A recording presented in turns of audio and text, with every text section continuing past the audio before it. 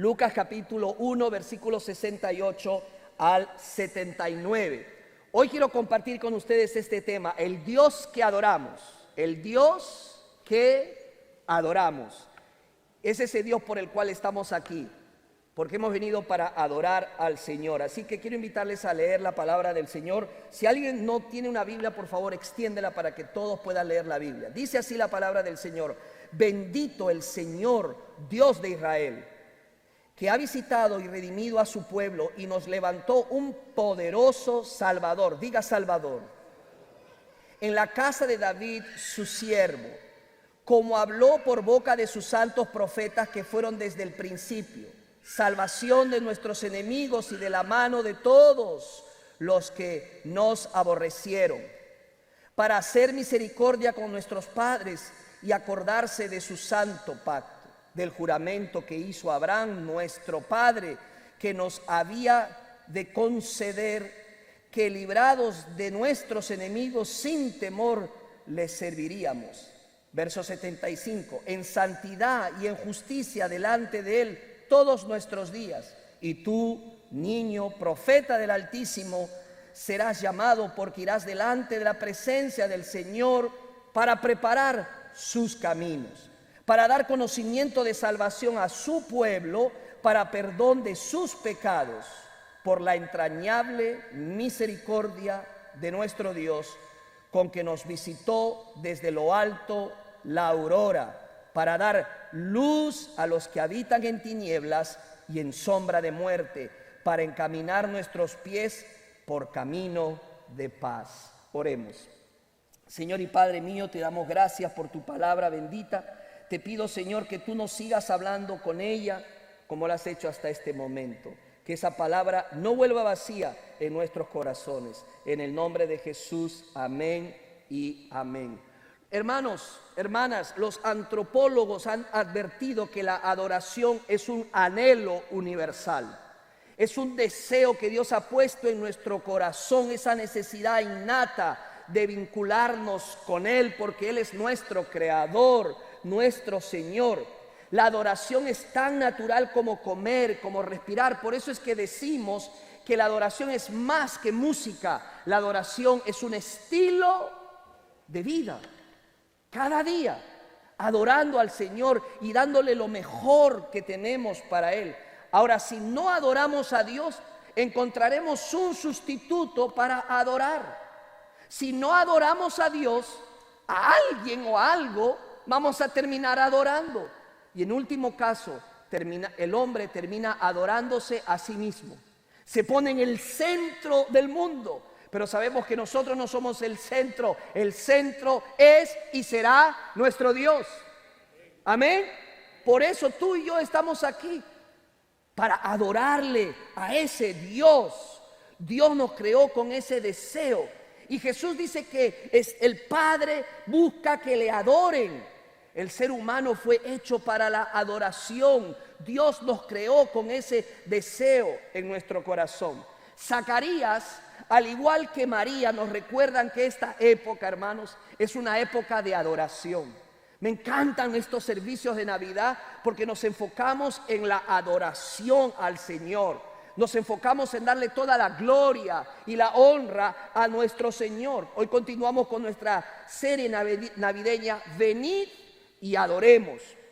Y estamos estudiando los cánticos navideños que alumbraron, que decoraron la primera Navidad. El domingo pasado vimos el primer canto, ¿se acuerdan? ¿El canto de quién? El canto de María, que es conocido como el Magnificat. ¿Alguien se lo aprendió de memoria? Dijimos que tenían que memorizárselo de memoria, ¿verdad? Aprendérselo. Alguien levante su mano. ¿Quiénes se aprendieron el canto de memoria? Nadie. ¿Alguien? ¿Alguito aunque sea? Próximo domingo, por favor, alguien pueda levantar su mano que se lo ha aprendido ese cántico hermoso, ¿verdad? Zacarías, al igual que María, nos recuerda entonces con estos cánticos, con estas alabanzas y melodías, que todo se trata de el Señor. Ahora tenemos el cántico de Zacarías, que nos recuerda el Dios que adoramos. Este cántico expresado por Zacarías, hermanos, ha llegado a ser conocido con el nombre de Benedictus. Benedictus. Ahora usted dirá, ¿y por qué ese nombre? Bueno, a causa de la primera expresión que encontramos en el versículo 68 en la versión latín, donde dice bendito sea, el Benedictus. Hermanos, nosotros adoramos y bendecimos a Dios. Zacarías dijo, bendito el Señor Dios de Israel. Bendito el Señor Dios de Israel. Y se cree que fue usado por primera vez con este nombre en el año 253 después de Cristo por parte de un monje de nombre San Benito. Fue la primera vez que se usó con este título, este sermón o esta predicación. El cántico de Zacarías nos enseña tres cosas. Quiero ir con la primera, preste atención. Número 1, Dios merece nuestra alabanza. Dios merece nuestra alabanza. Solo Él, más nadie, porque Él es digno de toda alabanza y de toda adoración. Amén. Él es el único. No daremos nuestro amor, no daremos nuestra fe solo al Señor. Él es digno de toda alabanza. Por eso el versículo 68 empieza diciendo, bendito el Señor Dios de Israel, que ha visitado y redimido a su pueblo y nos levantó un poderoso Salvador en la casa de David, su siervo. Zacarías, ¿qué está haciendo? Está bendiciendo a Dios. Dice la Biblia, lleno del Espíritu Santo. ¿Sabes que cuando uno está lleno del Espíritu Santo, ¿sabe lo que hace, hermano? Bendice a Dios, alaba a Dios, adora al Señor y se preocupa de llevar su gloria a donde no es conocido. La gloria de Dios. Bendito el Señor, lleno del Espíritu Santo. Profetiza Zacarías sobre Jesús y también profetiza sobre Juan. Alaba a Dios, ¿por qué? Por la salvación que nos ha traído. Pero ojo, Zacarías acá recobra la voz. Yo no sé si ustedes saben, pero Zacarías había perdido la voz. ¿Sabía usted eso? Estaba mudo, no podía hablar. ¿Por qué? Porque le faltó fe. ¿Y por qué le faltó fe? Porque no creía que Elizabeth, su esposa, que ella era una mujer entrada en años, saldría embarazada. Y así fue. Y por eso el ángel le dijo, te quedas mudo, ¿verdad? Mudo. Imagínate, hermana, que tu esposo se queda mudo por una semana.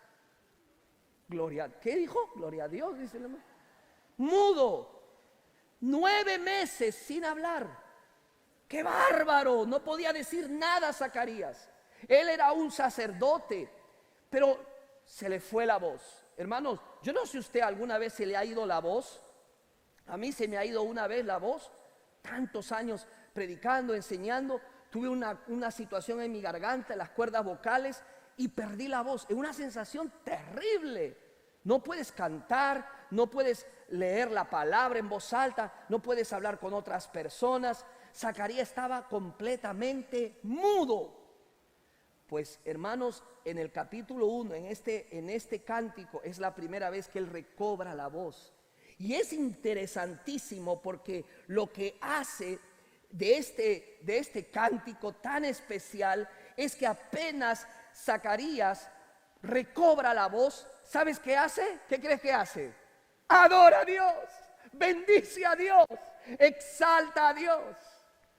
Zacarías tenía razones para alegrarse por el nacimiento de su hijo Juan el Bautista, que sería un gran profeta. También dice la Biblia que prepararía el camino para el Mesías.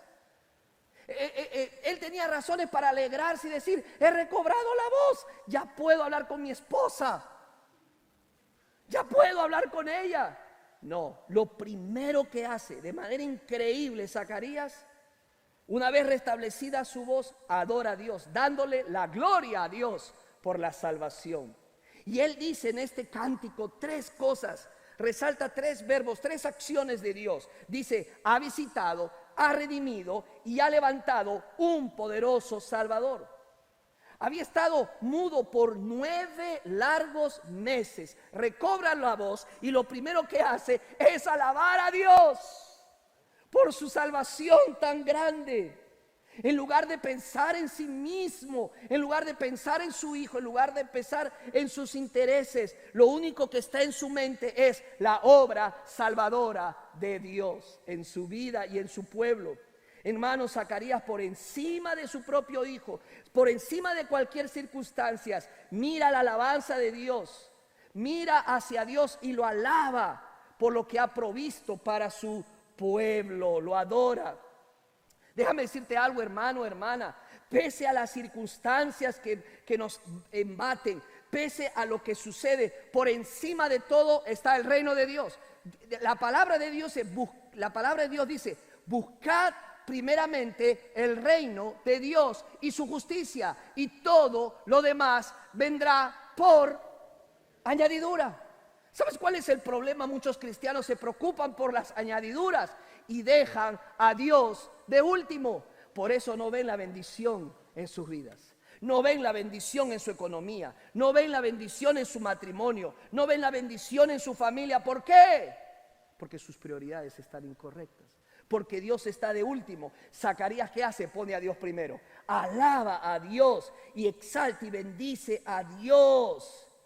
Hermanos, eso es lo que tenemos que hacer, contemplar la maravillosa obra de Dios. Todo se lo debo a Él, dice una canción. Gracias a Él. Zacarías está consciente del regalo de su hijo. Claro, está feliz, está contento, pero por encima de ello pensó en el regalo mayor, del cual toda la humanidad se beneficiará. ¿Cuál regalo? El regalo de la salvación. El regalo de la salvación. Zacarías dice, bendeciré al Señor, bendigo al Señor. Hermanos, hay pasajes donde nos hablan de bendecir al Señor. Uno de ellos es el Salmo 34:1. Dice así, Salmo 34:1, bendeciré al Señor en todo tiempo, su alabanza estará siempre en mi boca. ¿Escuchó? Siempre en mi boca la alabanza. Siempre debe adorar al Señor. Si está triste, alabe a Dios. Si está contenta, alabe a Dios. Si no tiene, alabe a Dios. Si tiene, alabe a Dios. Si se enferma, alabe a Dios. Todo lo que respire, alabe a Dios. Amén. Escúcheme. A veces entramos al servicio cargados, con cargas, con dificultades. Pero no es verdad que cuando empieza la alabanza, como que esas cargas se van. ¿Por qué? Porque estás enfocándote en Dios y estás adorando al Dios que te sostiene, que todo lo que pasa y acontece en tu vida tiene un propósito, nada es por casualidad. Por favor, escúcheme, adore a Dios en todo tiempo. Esos son los adoradores que Dios busca, no los que solamente vienen a cantar el domingo, sino los que tienen una vida de adoración. Hermanos, esto es lo que dice Zacarías en este cántico. Dios merece nuestra alabanza. Pero lo segundo que Zacarías dice es que Dios ha visitado a su pueblo. Adórelo porque Dios ha visitado a su pueblo. Este cántico se centra en la visitación del Señor. Dice el versículo 68 al 69, obsérvelo, dice, bendito el Señor Dios de Israel, que ha visitado, diga visitado y redimido, rescatado a su pueblo. Lucas 1, 68 y 69. Dios puede visitar a un pueblo para juzgarlo. La historia de la Biblia, la historia bíblica dice que muchas veces Dios visitó un pueblo para juzgarlo por los actos y por las desobediencias que ellos cometieron. Pero este cántico, dice Zacarías, manifiesta que Dios ha visitado a su pueblo y ha traído redención a su pueblo de sus pecados.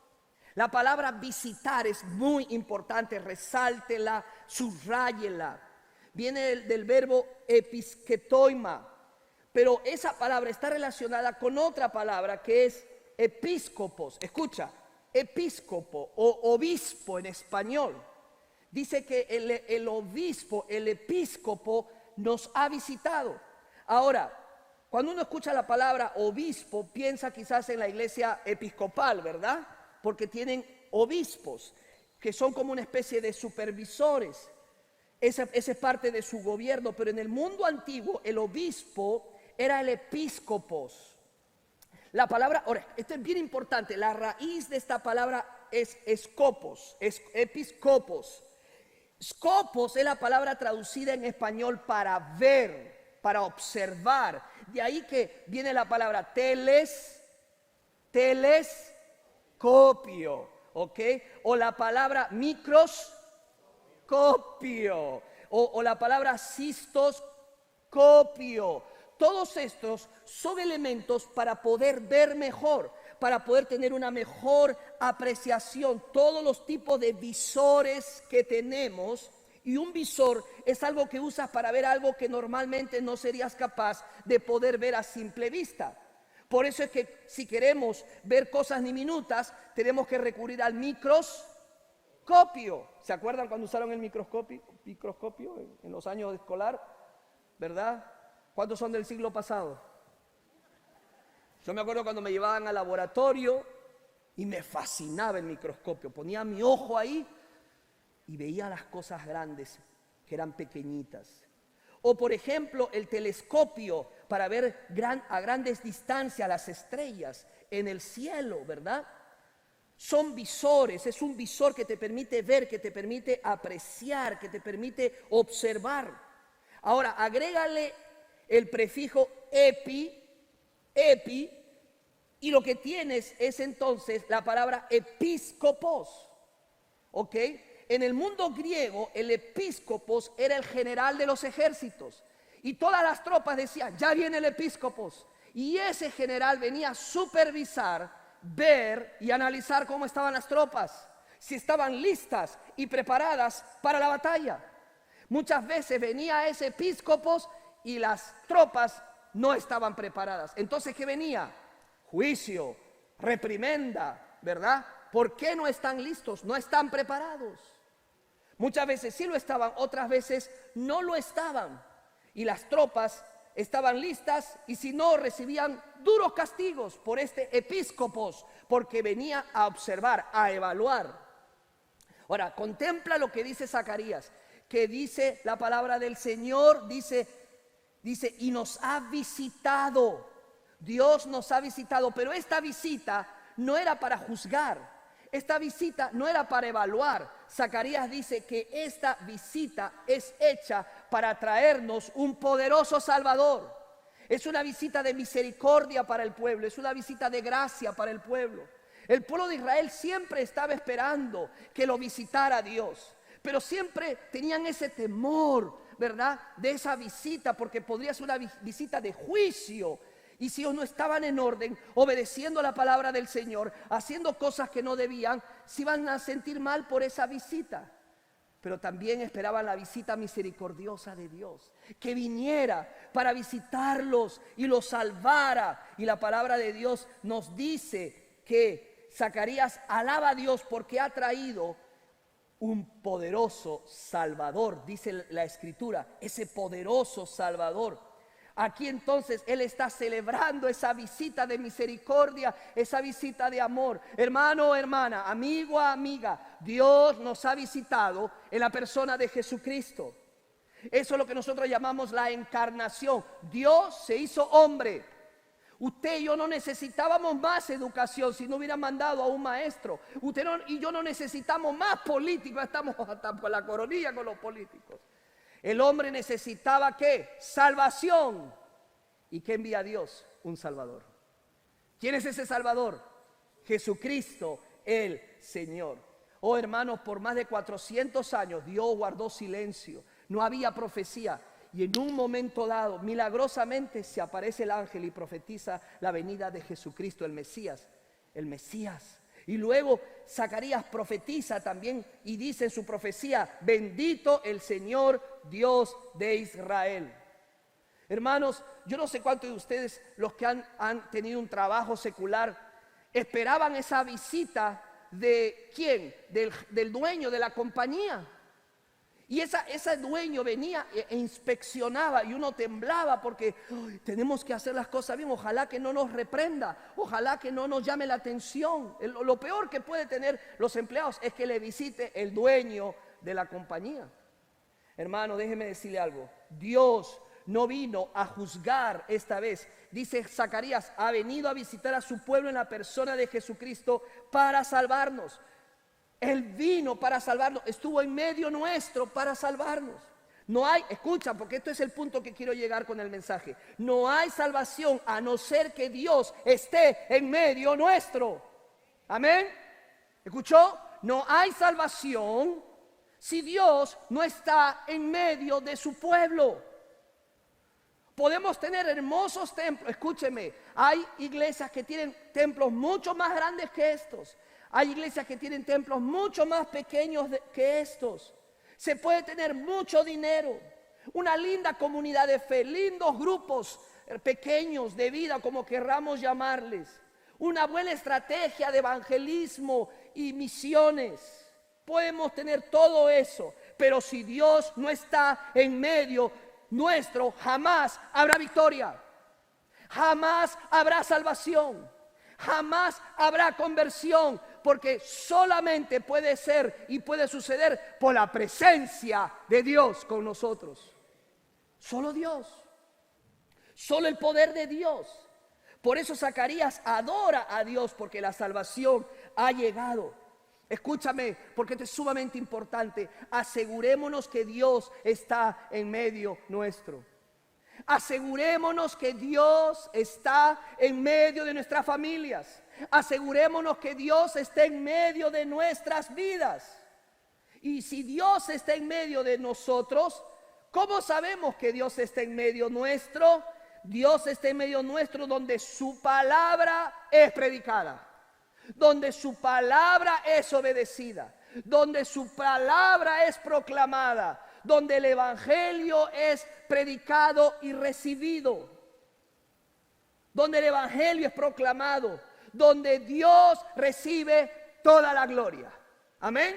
Es allí donde está Dios, ahí donde Dios se manifiesta. En la palabra dice que Moisés tuvo la bendición y el pueblo de tener el arca del pacto con ellos, pero aún así el pueblo fue derrotado. ¿Por qué? Porque no obedecían a Dios. Yo puedo hablar de Dios, pero puedo desobedecer a Dios. Yo puedo cantarle a Dios, pero cada día vivo a espaldas de Dios.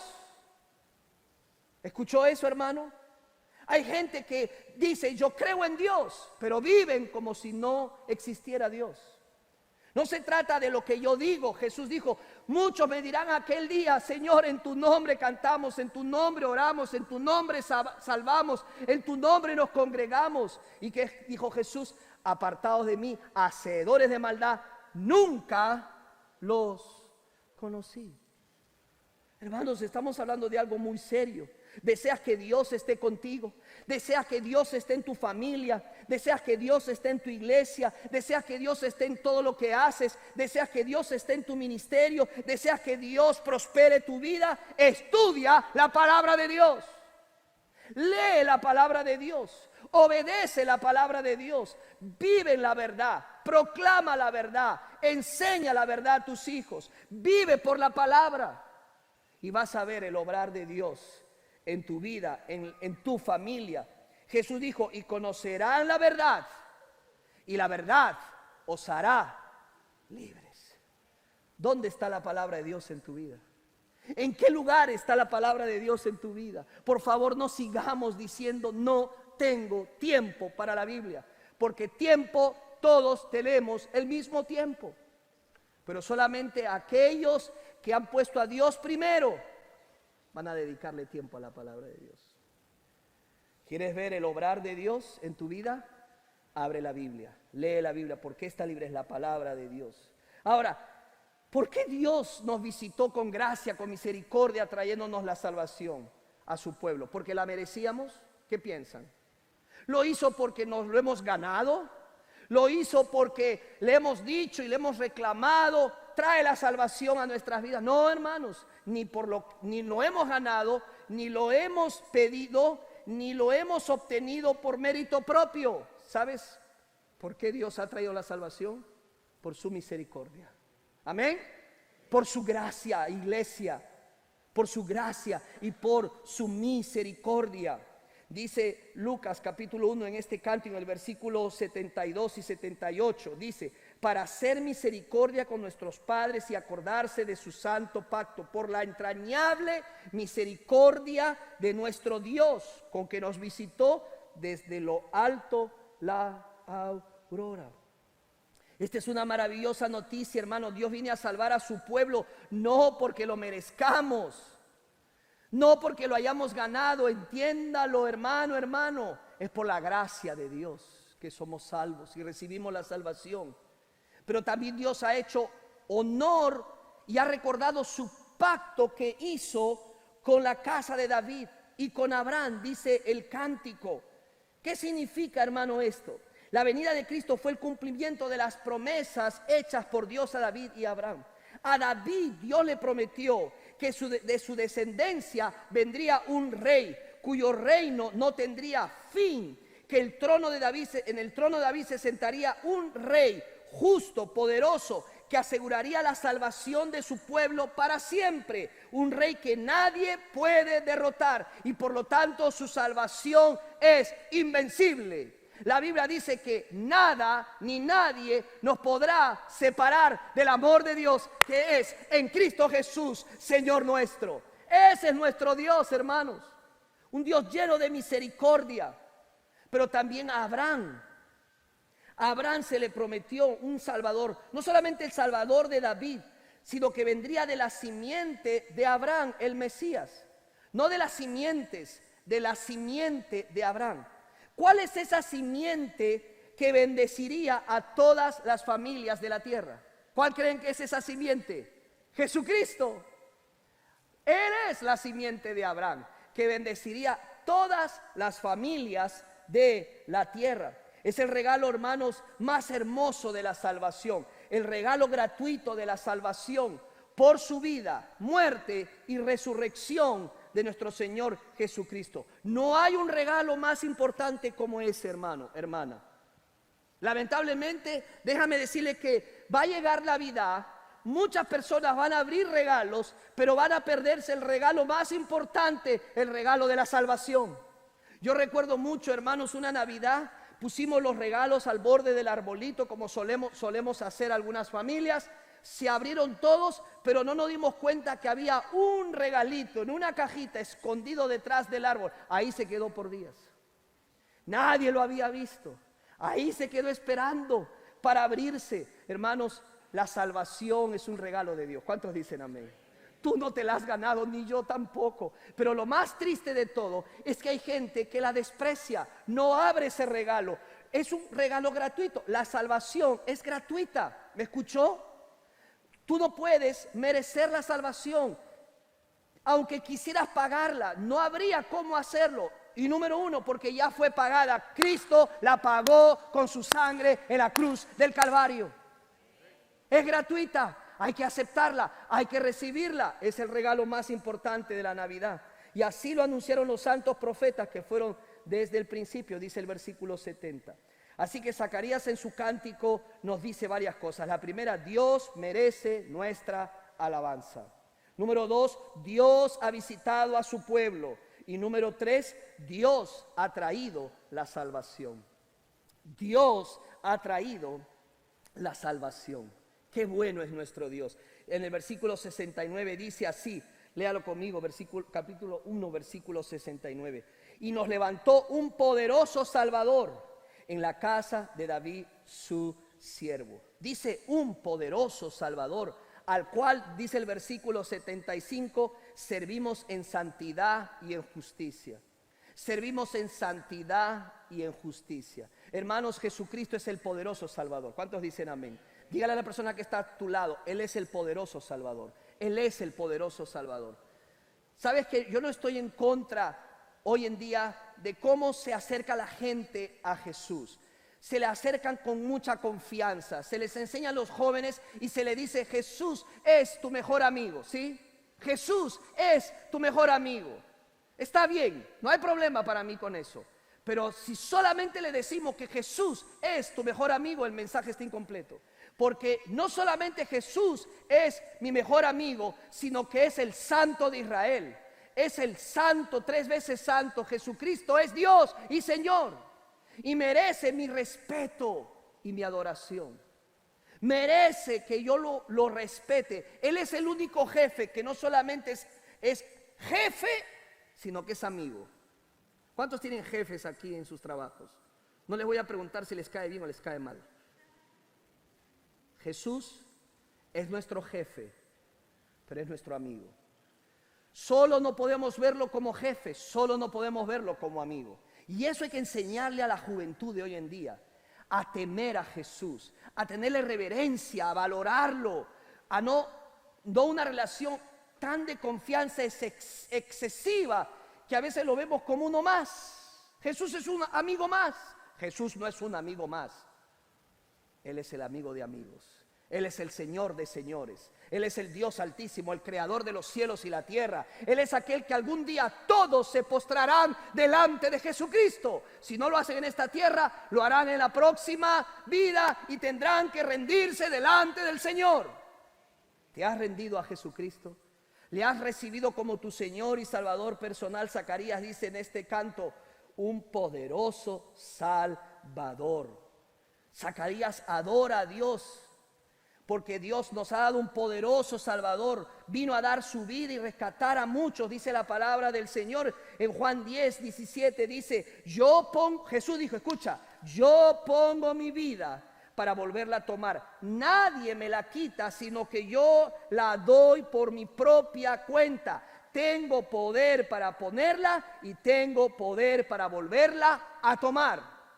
Hermanos, si Jesús hubiera querido, hubiera hecho esto, mire, y legiones de ángeles hubieran venido para ayudarlo a combatir y librarlo de la cruz. Pero Él no hizo esto. Él hizo esto. Voluntariamente se rindió. Voluntariamente rindió su vida y sometió su vida al Padre. ¿Para qué? Para que en Él se reciba toda la ira de Dios que debería recaer sobre nosotros. La Biblia dice que por sus llagas nosotros hemos sido curados, sanados. Él se hizo pecado por mí y tomó el lugar que yo merecía por mis pecados. Pero Jesús dijo, estoy dispuesto a abrir los brazos y morir por ti en esa cruz. Y Jesús, la Biblia dice, murió en esa cruz. La palabra de Dios dice que Él es nuestro Salvador. Es interesante lo que dice la Biblia. Mira conmigo el versículo 69, me llamó mucho la atención. Dice el versículo 69 en español: y nos levantó un poderoso Salvador en la casa de David su siervo. ¿Sabes que las primeras traducciones y en las traducciones en inglés no dice poderoso Salvador? ¿Cuántos se vienen al servicio con una Biblia en inglés? ¿Alguno tiene su Biblia en inglés? Yo tengo mi Biblia en español inglés.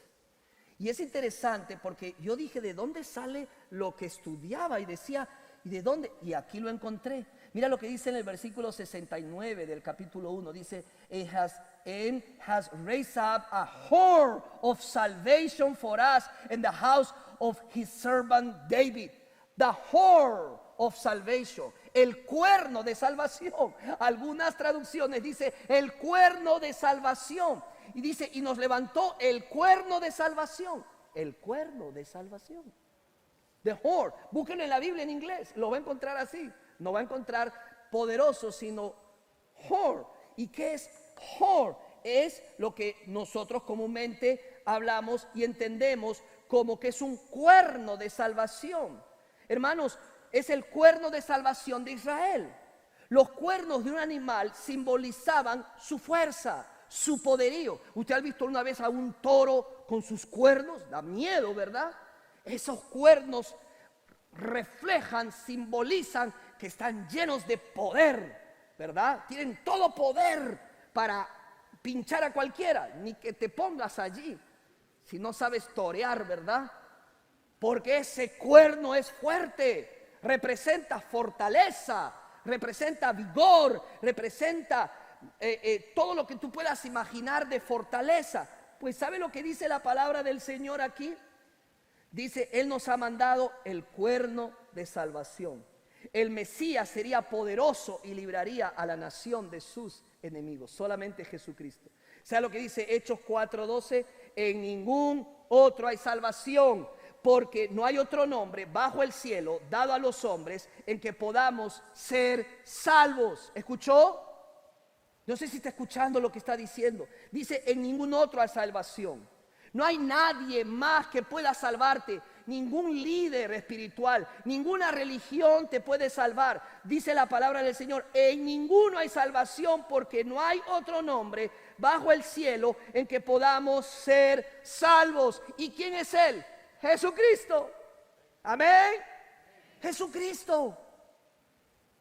Frente a la muerte, ¿sabes qué dijo Mahoma? Frente a la muerte, Mahoma dijo, yo no sé el propósito de la vida. Frente a la muerte, ¿sabes qué dijo Buda? Buda dijo, busquen la verdad. Frente a la muerte, ¿sabes qué dijo Confucio? Dijo, yo no sé el camino. Frente a la muerte, Jesús, ¿sabes qué dijo? Yo soy el camino, yo soy la verdad y yo soy la vida. Nadie viene al Padre si no es por mí. Jesús es el único que resucitó de la muerte. Él es el Salvador, el poderoso Salvador. Los otros tres aún siguen en la tumba. No sé tú, pero yo sigo a aquel que venció la muerte. Yo sigo a aquel que es el Todopoderoso. Yo sigo a aquel que me puede dar vida y vida en abundancia. Los demás están muertos y bien muertos.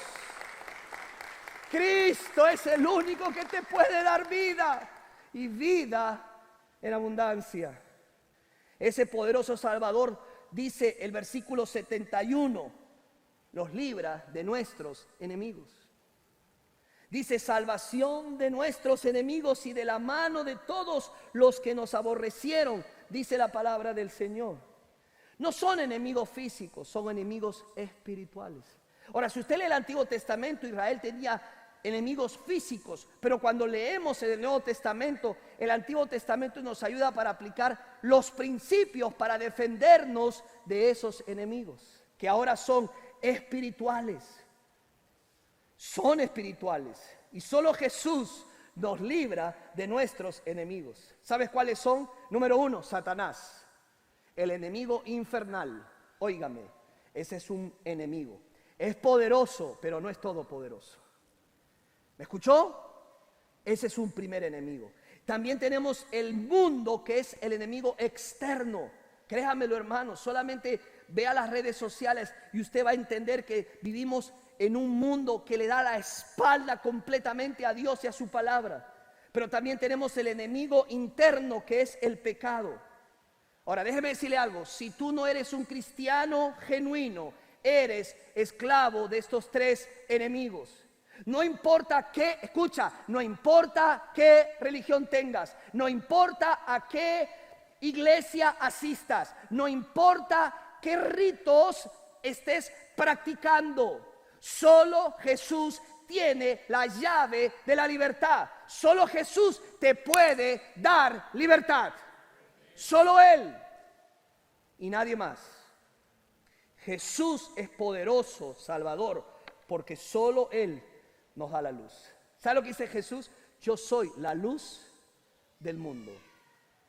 Y el versículo 78, mira cómo está terminando. Por la entrañable misericordia de nuestro Dios, con que nos visitó desde lo alto la aurora. ¿Lo ve en su Biblia? Nos visitó desde lo alto la aurora. Este es otro nombre para Jesús, la aurora. Ahora, es interesante porque yo me dediqué a ver lo que dice el versículo 78 en la versión en inglés. Y en la versión en inglés dice the sunrise, ¿verdad? O sea, ese amanecer, esa luz del amanecer. ¿Alguna vez usted se ha despertado temprano? Excuse me.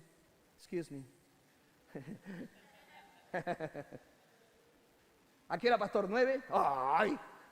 No, temprano, cuando sale esa primera luz del amanecer. ¿Sabe lo que dice la palabra del Señor? Jesús es llamado aquí la aurora, el sunrise, el amanecer, la primera luz. Ese es otro título para Jesús: la aurora desde lo alto, la estrella que ilumina el amanecer. Es la primera luz después de la oscuridad. En la noche Jesús es la luz que quita la oscuridad. En tinieblas, amigo, amiga, tu casa está llena de oscuridad, tu vida interior está llena de oscuridad, tu matrimonio está lleno de oscuridad, tus hijos están llenos de oscuridad. Déjame decirte, hay uno y solo uno que puede erradicar la oscuridad, y ese es Jesucristo, la luz del mundo. Él es el único. Y cuando Cristo viene, lo ilumina todo. Aleluya, gloria a Jesús. Cuando Jesucristo viene, lo cambia todo. Mi hermano oraba aquí: Jesús, que sea el centro de tu casa, que Jesús sea la luz. Por eso nosotros iluminamos nuestras casas con luces en Navidad, ¿sí o no? Yo digo, un cristiano sin iluminación, sin esas bombitas de luces en Navidad, óigame, ¿qué pasa? Si eso es lo que trae la Navidad, trae luz a un mundo lleno de oscuridad. Sin Jesús estamos en la oscuridad, en tinieblas. Juan el Bautista vino, dice Zacarías, para anunciar que Jesús vendría para dar luz a los que habitan en tinieblas y en sombra de muerte. Versículo 79, el último, dice: para dar luz a los que habitan en tinieblas y en sombra de muerte. Él es el único. Solo Jesús puede guiar nuestros pasos por camino de paz. No solamente nos da luz, sino que nos da paz, dice el versículo 79, para encaminar nuestros pies por camino de paz. Cristo y solo Cristo puede darnos paz. Paz con Dios.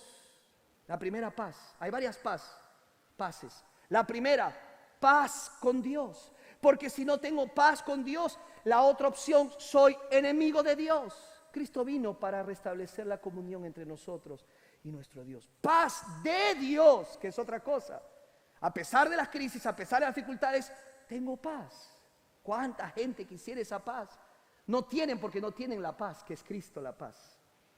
Paz con tus semejantes, con tu esposo, con tu esposa, con tus hijos, contigo mismo. Para eso vino Jesucristo, para traernos esa paz. Hermanos, oramos por la paz del Medio Oriente, ¿sí o no? Todos sabemos lo que está pasando, la crisis allá en el Medio Oriente. Y no hay paz, hermanos. Todos los días hay bombas, hay crisis, hay muerte, hay destrucción. Pero sabemos que habrá verdadera paz si reconocen al príncipe de paz, a Jesús, a Yeshua HaMashiach, como el único fuente de paz, porque Jesucristo es paz. Príncipe de paz. La Biblia dice que Jesús es príncipe de paz. Por eso nuestra responsabilidad, ¿cuál es? De llevar, hermanos, no solo al Medio Oriente, a todos los lugares posibles, empezando desde mi barrio, el evangelio de Jesucristo, la paz de Dios. Y así los enemigos ahí se convertirán en hermanos, y luego, y solo luego, podrá haber verdadera paz. Sin Cristo no hay paz. Con Cristo hay verdadera paz. Quiero concluir, hermanos. A ese poderoso Salvador, a Él tenemos que responder. A Él tenemos que responder. ¿Y cómo respondemos a ese poderoso Salvador? Como creyentes genuinos que somos, vivamos una vida de adoración cada día.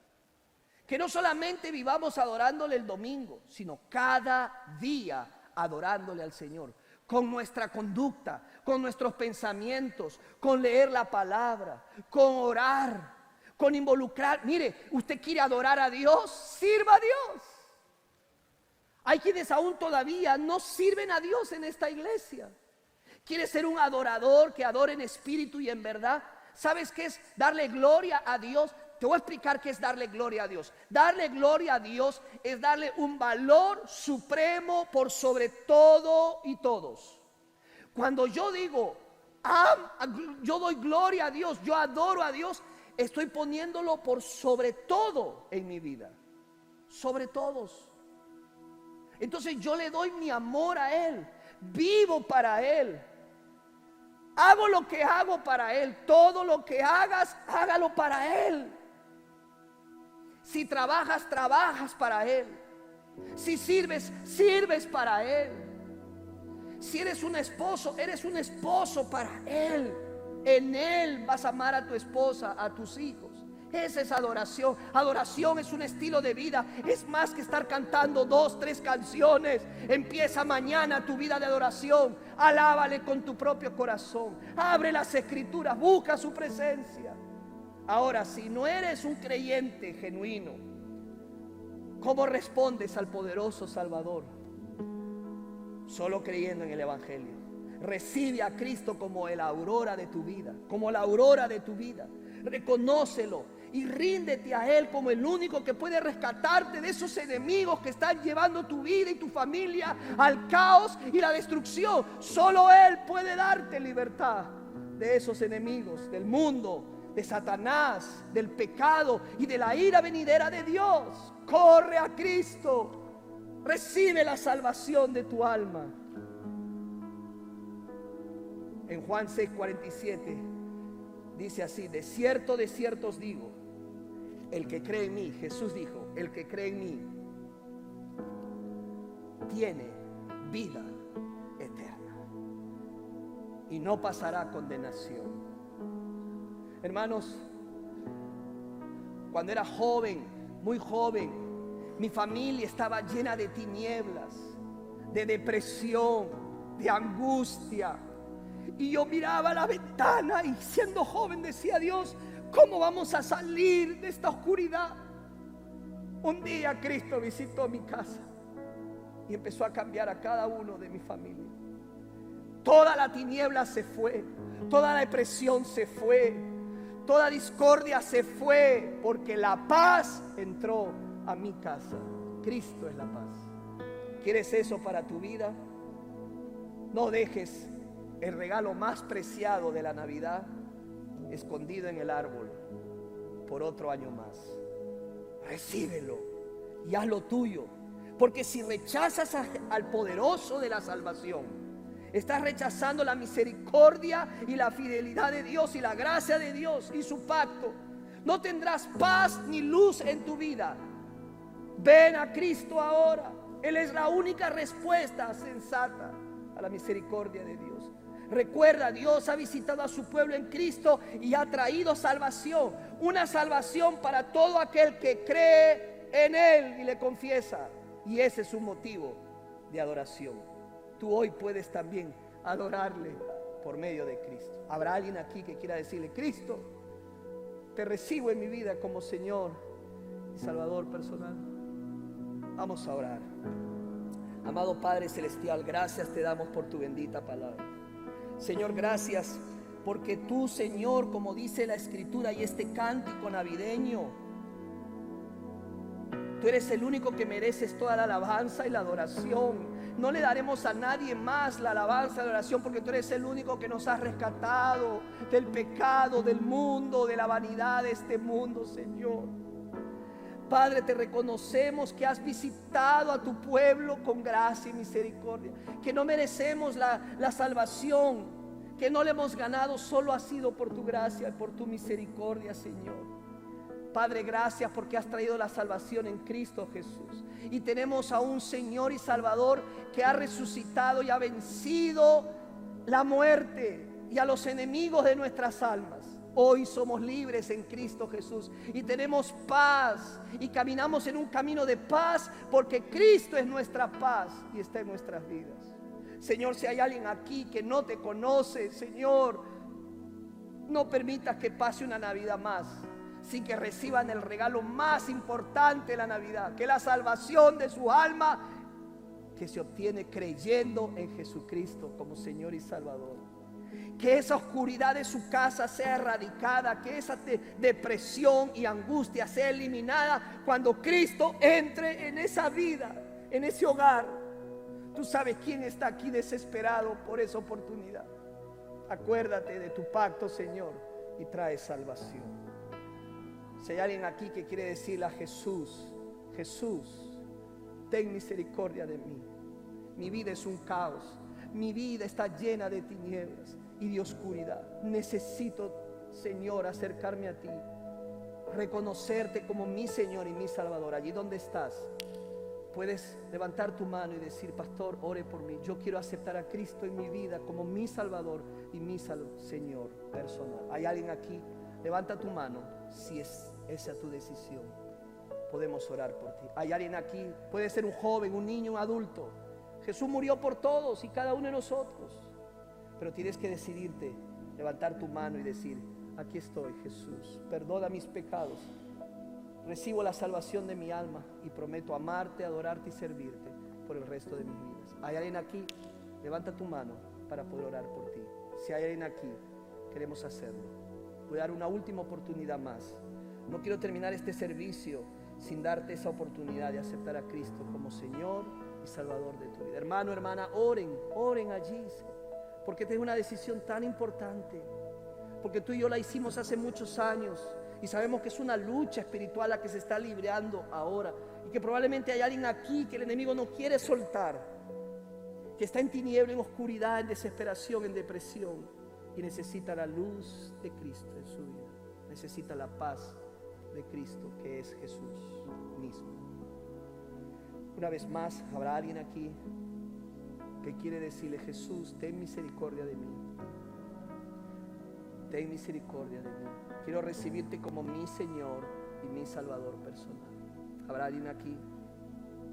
¿Habrá alguien aquí? Gracias, Señor, te damos por haber podido predicar el Evangelio. Señor, sabemos que tu palabra no volverá vacía en aquellos corazones que irán a aceptarla y recibirla como el mío, Señor. Padre, quedó esa semilla grabada y confiamos que dará su fruto a su tiempo. Te damos toda la gloria y la honra a ti, en Cristo Jesús. Amén.